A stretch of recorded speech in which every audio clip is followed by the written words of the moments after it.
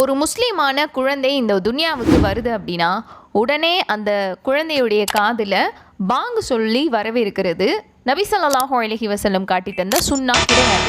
அப்போது வேறு எதெல்லாம் சுன்னாவாக இருக்குது தெரிஞ்சுக்கலாமா? அஸ்ஸலாமு அலைக்கும் வரஹ்மத்துல்லாஹி வபரகாத்துஹு.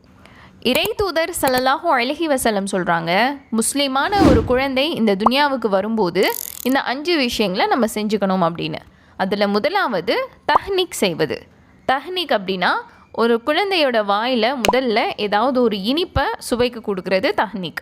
இரண்டாவது, இந்த குழந்தைக்கு அழகிய பெயர்கள் சூட்டுவது. மூன்றாவது, அதற்கான அக்கீகாவை நிறைவேற்றுவது. நான்காவது, அதனுடைய தலைமுடியை களைவது. ஐந்தாவது, சுன்னத் என்னும் கத்னா செய்வது. இந்த 5 சுன்னத்துகளையும் நபி ஸல்லல்லாஹு அலைஹி வஸல்லம் அவங்க காட்டி தந்த வழியில் எப்படி நிறைவேற்றணும் அப்படிங்கிறத நான் என்னுடைய சேனல் எவ்ரிதிங் அபவுட் இஸ்லாம் தமிழில் டீட்டெயில்டு வீடியோவாக போஸ்ட் பண்ணியிருக்கேன். அதோடைய லிங்க்கு ஃபஸ்ட்டு கமெண்ட்லேயும் டிஸ்கிரிப்ஷன்லேயும் இருக்கும். மறக்காமல் செக் பண்ணி பாருங்கள்.